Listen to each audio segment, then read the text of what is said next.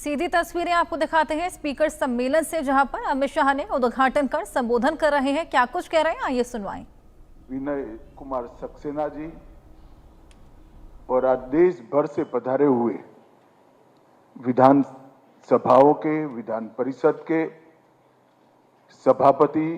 उपसभापति, दिल्ली के सभी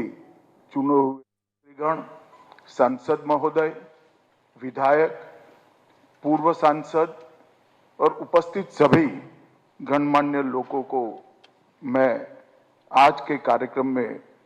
स्वागत करता हूं। मित्रों, आज एक प्रकार से मणिकंचन योग है। एक और तो आज ही देश के विधायी इतिहास की शुरुआत जिस दिन हुई, इस दिन आज जहां हुई वही सदन में उपस्थित हुए हैं। आज के ही दिन महान स्वतंत्रता सेनानी विठल भाई पटेल को केंद्रीय विधानसभा का अध्यक्ष बनने से भारतीय द्वारा हमारे विधायी इतिहास की शुरुआत हुई और आज देश भर की विधायिका को संचालित करने वाले सभी स्पीकर्स, डेप्यूटी स्पीकर और विधान परिषद के भी अध्यक्ष, उपाध्यक्ष आज यहां पर उपस्थित हैं। तो एक प्रकार से स्वर्णिम इतिहास से लेकर स्वर्णिम भविष्य की रचना करने वाली पूरी विधायी व्यवस्था आज इस ऐतिहासिक सदन में उपस्थित है। हम सबके लिए गौरव का विषय है कि आज वीर विठल भाई झवेरभाई पटेल को पहले भारतीय अध्यक्ष बनने के 100 साल के उपलक्ष्य में आज हम यहां एकत्रित हुए हैं। मगर जब इस सदन में हम बैठे हैं, हमने ये भी याद रखना चाहिए, इस सदन में भारत के आजादी के आंदोलन के कई गणमान्य वरिष्ठ नेतृत्व ने विधायक नाते अपना योगदान दिया है। महामना मालवीय जी करीब करीब 20 साल इस सदन के सदस्य रहे हैं। गांधी जी के गुरु गोपाल कृष्ण गोखले जी, लाल बाल पाल की त्रिपुटी में जिनका महत्वपूर्ण योगदान था, ऐसे लाला लजपत राय, देश बंधु चित्तरंजन दास, कई सारे महानुभावों ने अपने अनेक वक्तव्यों से इस सदन के अंदर देश की जनता की आजादी की उत्कंठता, आजादी के लिए इनकी जो एक आस थी, वो आस को शब्दों के माध्यम से देश के सामने रखने का काम करा।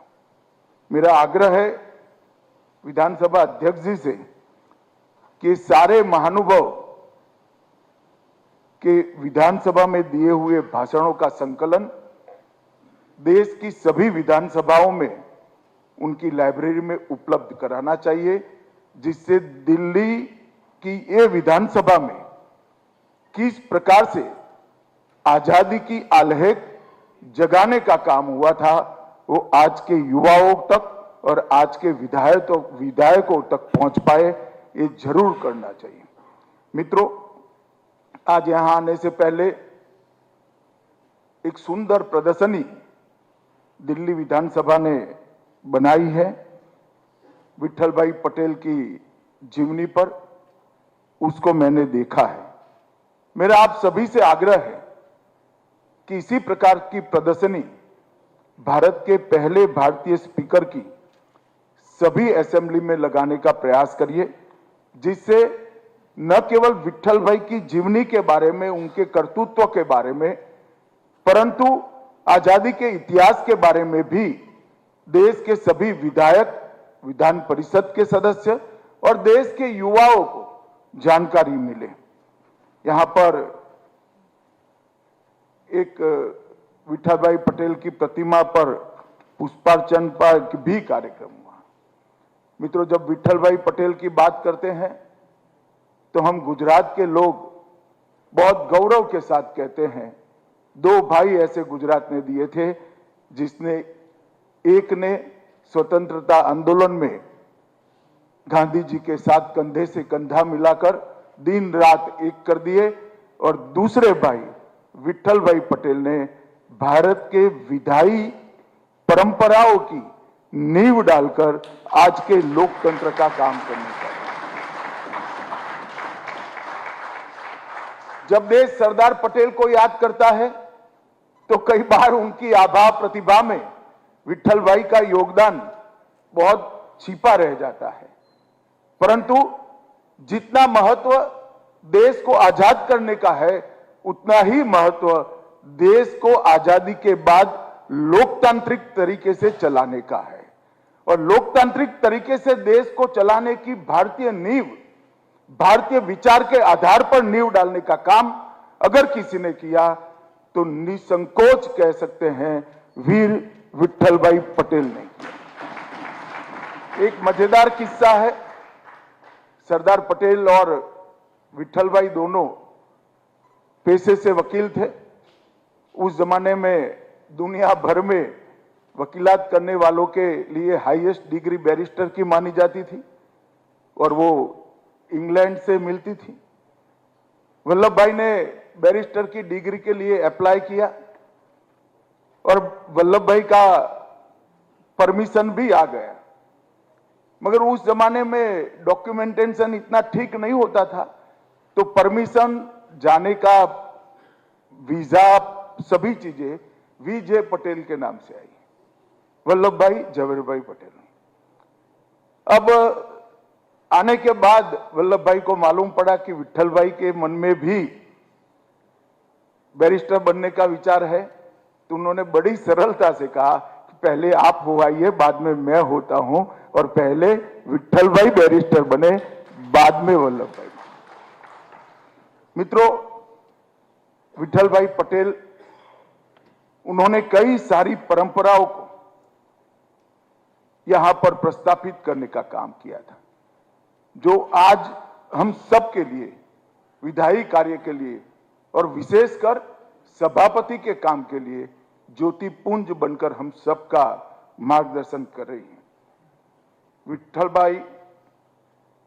1924 में ही राष्ट्रीय केंद्रीय विधानसभा के सदस्य बने, 25 में इस सदन के निर्वाचित अध्यक्ष बने और 27 में उनको पुनः अध्यक्ष बनाया गया। उनका कई प्रकार से सदन के सभापति के रूप में, जिसको कहते हैं ना कि परीक्षा की घड़ी आती है, ऐसी बहुत सारी परीक्षा की घड़ी विट्ठल भाई के जीवन में भी आई, मगर इनके जीवन चरित्र को ध्यान से अभ्यास करें तो हर परीक्षा की घड़ी में विट्ठल भाई 100% मार्क के साथ उत्तीर्ण हुए। इन्होंने ना विधानसभा अध्यक्ष की गरिमा को गिरने दिया, ना देश की जनता की वाचा को देने के इस सदन को रोका, और ना अंग्रेजों की उस वक्त की मानसिकता को विधान परिषद के काम पर हावी होने दिया। मैं घटना जरूर कहना चाहूंगा, इस सदन में वाइसरॉय आए थे। उस जमाने में ऐसा कहते थे कि ब्रिटिश साम्राज्य का सूरज कभी अस्त नहीं होता है, कहीं अस्त होता है तो कहीं दिन होता है। पूरे आधी दुनिया में उनका साम्राज्य हुआ करता था।